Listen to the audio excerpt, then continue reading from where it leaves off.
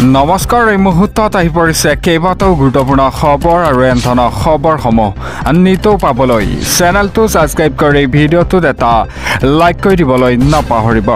তেনে বলক দেৰি নকৰি খবৰকেইটা আৰম্ভ কৰোঁ। দৰ্শকসকল, আজি সন্ধিয়াৰ প্ৰথমটো খবৰ। অসমৰ মুখ্যমন্ত্ৰী গ্ৰেপ্তাৰ হ'ব। অসমৰ ভূমিৰ পৰাই ৰাহুল গান্ধীৰ এইবাৰ হুংকাৰ দিবলৈছে এটা ডাঙৰ খবৰ। গ্ৰেপ্তাৰ হ'ব অসমৰ মুখ্যমন্ত্ৰী ডক্টৰ হিমন্ত বিশ্ব শৰ্মা। অসমৰ ভূমিৰ পৰাই হিমন্ত বিশ্ব শৰ্মাক চেলেঞ্জ ৰাহুল গান্ধীৰ। অসমৰ ৰাইজক এটা দুৰ্নীতিৰ হিচাপ দিব লাগিব বৰ্তমানৰ মুখ্যমন্ত্ৰীয়ে। নিৰ্বাচনৰ পিছতেই হিমন্ত বিশ্ব শৰ্মাক জেলত দেখিব অসমৰ ৰাইজে। মোদী অমিত শ্বাহ কোনেও বচাব নোৱাৰিব হিমন্ত বিশ্ব শৰ্মাক। মুখ্যমন্ত্ৰী হিমন্ত বিশ্ব শৰ্মাই নিজকে ৰজা বুলি ভাবিছে। 24 ঘণ্টাই অসমবাসীৰ মাটি কাঢ়ি নিয়া ষড়যন্ত্ৰ কৰে এইজন মুখ্যমন্ত্ৰীয়ে। এৰা হিমন্ত বিশ্ব শৰ্মাৰ চকুলৈ চালে এতিয়া ভয় দেখিব। ভয়ে খেদি ফুৰিছে অসমৰ মুখ্যমন্ত্ৰীগৰাকীক, এনেদৰে ৰাহুল গান্ধীয়ে মন্তব্য কৰে। অসমৰ শ্ৰমিকক, নিবনুৱা যুৱক যুৱতীক প্ৰতাৰণা কৰাৰ ফল পাব এতিয়া বিজেপিয়ে। ছয়গাঁৱত উপস্থিত হৈ মুখ্যমন্ত্ৰী হিমন্ত বিশ্ব শৰ্মাক হুংকাৰ এতিয়া ৰাহুল গান্ধীৰ। আৰু দিব লৈছোঁ পৰৱৰ্তী খবৰ। ৰেলপথ অৱৰোধ কৰাৰ বাবে সাজু হৈছে অসমৰ মুছলমান সমাজ। এইবাৰ হাজাৰ হাজাৰ মুছলমানে অৱৰোধ কৰিব ৰেলপথ। দিল্লীৰ পৰা হিমন্ত বিশ্ব শৰ্মাক হুংকাৰ এতিয়া আমচুৰ। ৰেলপথ অৱৰোধ কৰাৰ বাবে সাজু হৈছে অসমৰ মুছলমান। এইবাৰ হাজাৰ হাজাৰ মুছলমানে অৱৰোধ কৰিব ৰেলপথ। ৰেলপথ আৰু ৰাজপথ অৱৰোধ কৰাৰ ঘোষণা এতিয়া আমচুৰ। দিল্লীৰ পৰা হিমন্ত বিশ্ব শৰ্মাক হুংকাৰ এতিয়া আমচুৰ। মুছলমানৰ ওপৰত অত্যাচাৰ বন্ধ নকৰালৈকে আমচুৱে সাব্যস্ত কৰিব এতিয়া প্ৰতিবাদ। বাছি বাছি অমানৱীয়ভাৱে সংখ্যালঘুক অত্যাচাৰ কৰিছে এতিয়া বিজেপি চৰকাৰে। বাছি বাছি অমানৱীয়ভাৱে সংখ্যালঘুক অত্যাচাৰ কৰিছে এইখন চৰকাৰে। এটা ন্যায়ালয়ৰ নিৰ্দেশনা অমান্য কৰি মুছলমানক বিতৰণ কৰা হৈছে বাংলাদেশলৈ। মুছলমানক সকলো অধিকাৰ পৰা বঞ্চিত কৰিছে হিমন্ত বিশ্ব শৰ্মাই। এটা দিল্লীৰ পৰাই হুংকাৰ আমচুৰ। আৰু দিব লৈছোঁ পৰৱৰ্তী খবৰ। হিমন্ত বিশ্ব শৰ্মাৰ বিৰুদ্ধে টালি টোপোলা লৈ ৰেলপথ লগতে ৰাজপথত ওলাই আহিব এতিয়া মুছলমান। ভাৰতৰ বিভিন্ন ৰাজ্যত প্ৰতিবাদ কৰাৰ যোজা চলাইছে আমচুৱে। হিমন্ত বিশ্ব শৰ্মাৰ দিনত মুছলমানৰ জীৱন আৰু সম্পত্তিৰ সুৰক্ষা নাইকিয়া হৈছে। দিল্লীৰ যন্তৰ মন্তৰৰ পৰাই গৰজি উঠিল এতিয়া আমচু। দিব লৈছে এটা গুৰুত্বপূৰ্ণ খবৰ। টালি টোপোলা লৈ ৰেলপথ ৰাজপথত ওলাই আহিব এতিয়া মুছলমান। ভাৰতৰ বিভিন্ন ৰাজ্যত প্ৰতিবাদ কৰাৰ যোজা চলাইছে আমচুৱে। পশ্চিমবংগ, কেৰেলা, গুজৰাট, উত্তৰ প্ৰদেশ, কৰ্ণাটকত সাব্যস্ত কৰা হ'ব এতিয়া প্ৰতিবাদ। দিল্লীৰ যন্তৰ মন্তৰ পৰাই গৰজি উঠিল এতিয়া আমচু। মন্ত্ৰী বিধায়কে দখল কৰা মাটিত কিয় বুলডোজাৰ নচলায় চৰকাৰে, তাক লৈ ডাঙৰ প্ৰশ্ন কৰে। এটা সাহস আছে যদি 71 পিছত অহা হিন্দু মুছলমান সকলোকে খেদক মুখ্যমন্ত্ৰীয়ে। 71 আগত অহা মানুহক অত্যাচাৰ কৰিলে মানি নলয় এতিয়া আমচুৱে। হিমন্ত বিশ্ব শৰ্মাই দানৱীয়ভাৱে অত্যাচাৰ কৰিছে মুছলমানক।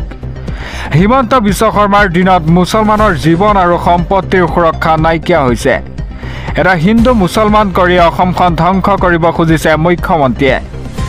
উচ্ছেদিত মুছলমানৰ অভিশাপ লাগিব হিমন্ত বিশ্ব শৰ্মাৰ গাত। এটা বাংলাদেশী বিতৰণৰ নামত মুছলমানক অত্যাচাৰ কৰিছে হিমন্ত বিশ্ব শৰ্মাই। এটা টালি টোপোলা লৈ ৰেলপথ ৰাজপথত ওলাই আহিব মুছলমান লোক। আৰু দিব লৈছোঁ পৰৱৰ্তী খবৰ। ধৰ্মীয় সংখ্যালঘুৰ নিৰাপত্তাৰ বাবে যুঁজ দিব এতিয়া কংগ্ৰেছে। ৰাহুল গান্ধী অসমলৈ অহাৰ দিনাই গৌৰৱ গগৈৰ ডাঙৰ মন্তব্য। সংখ্যালঘুৰ আৱেগ আৰু স্বাভিমানৰ বাবে যুঁজ দিব এতিয়া কংগ্ৰেছ দলে। ধৰ্মীয় সংখ্যালঘুৰ নিৰাপত্তাৰ বাবে যুঁজ দিব এতিয়া কংগ্ৰেছে। ৰাহুল গান্ধী অসমলৈ অহাৰ দিনাই গৌৰৱ গগৈৰ ডাঙৰ মন্তব্য। সংখ্যালঘুৰ আৱেগ আৰু স্বাভিমানৰ বাবে যুঁজ দিব এতিয়া কংগ্ৰেছৰ দলে। অসমৰ জনতাক ৰাহুল গান্ধীয়ে ক'ব ভয় খাব নালাগে। প্ৰতিজন খিলঞ্জীয়াই পাব লাগিব এতিয়া মাটিৰ অধিকাৰ। সাধাৰণ জনতাৰ পৰা মাটি কাহিনী মন্ত্ৰী বিধায়কে গঢ়িছে সম্পত্তি। এটা সংখ্যালঘুৰ নিৰাপত্তাৰ বাবে এইবাৰ যুঁজ এখন হ'ব বুলিও মন্তব্য কৰে। ধৰ্মীয় সংখ্যালঘুৰ নিৰাপত্তাৰ বাবে যুঁজ দিব কংগ্ৰেছে। ৰাহুল গান্ধী অসমলৈ অহাৰ দিনাই গৌৰৱ গগৈ এই ডাঙৰ মন্তব্য।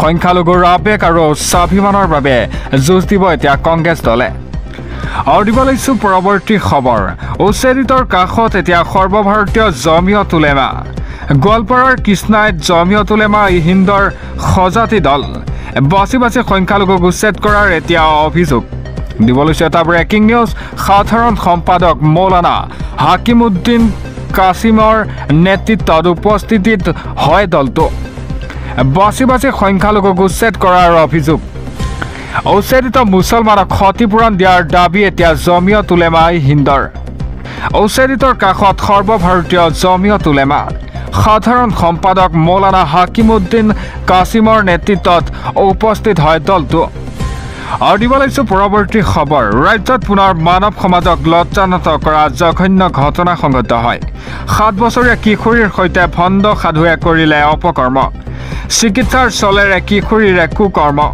দিব লৈছো এটা ব্ৰেকিং নিউজ ৰাজ্যত সংঘটিত হৈছে মানৱ সমাজক লজ্জানত কৰা জঘন্য ঘটনা এবাৰ ভণ্ড সাধুৰ কামনাৰ বলি হ'ল 7 বছৰীয়া কিশোৰী চিকিৎসা কৰিবলৈ আহি কিশোৰীক যৌন নিৰ্যাতন চলাই লম্পট সাধুৰে এটা স্থানীয় লোকে হাতে লোতে কয়াত্ত কৰি মানিকপুৰৰ আৰক্ষীক গতাই দিয়ে ভণ্ড বাবাক বঙাইগাঁও জিলাৰ ধুবুৰীত সংঘটিত হৈছে এই জঘন্য ঘটনাটো এটা ৰাজ্যত সংঘটিত হৈছে মানৱ সমাজক লজ্জানত কৰা জঘন্য ঘটনা এবাৰ ভণ্ড সাধুৰ কামনাৰ বলি হ'ল 7 বছৰীয়া কিশোৰীৰ আৰু দিব লৈছো পৰৱৰ্তী খবৰ ভয়ংকৰ পথ দুৰ্ঘটনাত কৰুণ মৃত্যু হয় আৰক্ষী বিষয়াৰ তীব্ৰবেগী বাহনে মহতিয়াই নিলে এএছআই ওৱাজুদ্দিন আহমেদক এটা বানেকুছিৰ 27 নং ৰাষ্ট্ৰীয় ঘাইপথত সংঘটিত হৈছে দুৰ্ঘটনাটো এটা শোকাকুল পৰিৱেশে বিৰাজ কৰে দিব লৈছো এটা ব্ৰেকিং নিউজ এটা দুখ লগা খবৰ ৰাজ্যত সংঘটিত হৈছে ভয়ংকৰ পথ দুৰ্ঘটনা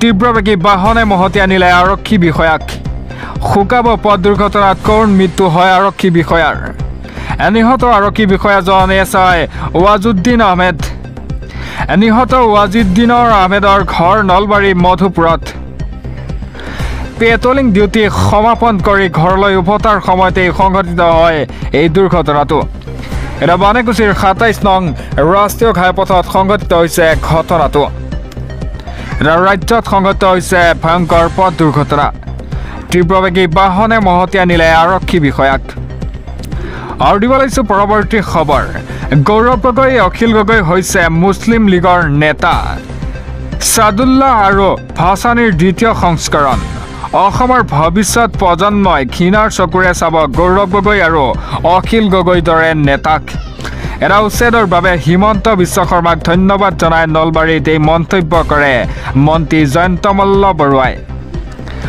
অসমৰ সকলো চৰকাৰী ভূমি বেদখলমুক্ত হ'ব লাগিব আমাৰ ভৱিষ্যত প্ৰজন্মক সুৰক্ষিত কৰিবলৈ চলাব লাগিব উচ্ছেদ অভিযান অসমৰ অস্তিত্ব ৰক্ষাৰ বাবে হিমন্ত বিশ্ব শৰ্মাই চলাইছে এই উচ্ছেদ অভিযান উচ্ছেদৰ সমৰ্থনত নলবাৰীৰ ৰাজপথলৈ ওলাই আহিল এতিয়া হাজাৰ হাজাৰ লোক গৌৰৱ গগৈ অখিল গগৈ হৈছে মুছলিম লীগৰ নেতা সাদুল্লাহ আৰু ভাসানীৰ দ্বিতীয় সংস্কৰণ অসমৰ ভৱিষ্যত প্ৰজন্মই ঘৃণাৰ চকুৰে চাব এতিয়া গৌৰৱ গগৈ অখিল গগৈ দৰে নেতাক অসমৰ ৰাইজে কেতিয়াও ক্ষমা নকৰে বদনৰূপী মানুহক এটা উচ্ছেদৰ বাবে হিমন্ত বিশ্ব শৰ্মাক ধন্যবাদ জনাই নলবাৰীত মন্তব্য কৰে জয়ন্ত মল্ল বৰুৱাই অসমৰ সকলো চৰকাৰী ভূমি বেদখলমুক্ত হ'ব লাগিব বুলিও মন্তব্য কৰে আমাৰ ভৱিষ্যত প্ৰজন্মক সুৰক্ষিত কৰিবলৈ চলাব লাগিব এতিয়া উচ্ছেদ অভিযান